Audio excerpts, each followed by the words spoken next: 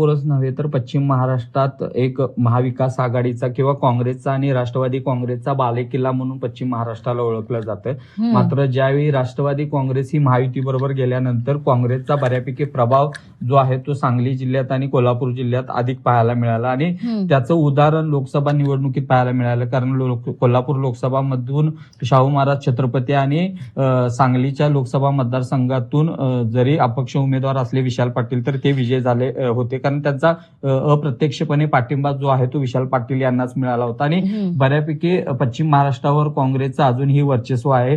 आणि काही अंशी जर कोल्हापूरच्या विधानसभा निवडणुकीतील वातावरण बघितले तर काँग्रेसला एकही जागा कोल्हापूर जिल्ह्यात मिळाली नसली तरी सांगली जिल्ह्यात मात्र काही 2 ते 3 जागांवर काँग्रेसचा विजय झाला. आणि महापालिकेचा जर विचार केला तर कोल्हापूर जिल्ह्यावर महायुती पेक्षा काँग्रेसच्या अधिक जागा जे आहेत ते या ठिकाणी अधिक काँग्रेसला जागा मिळाल्या. जवळपास 34 जागा जे काँग्रेसला मिळाल्या. भले सत्तेपासून दूर असलं तरी सतेज पाटलांचा वर्चस्व जो आहे तो कोल्हापूर महानगरपालिकेवर पाहायला मिळाला.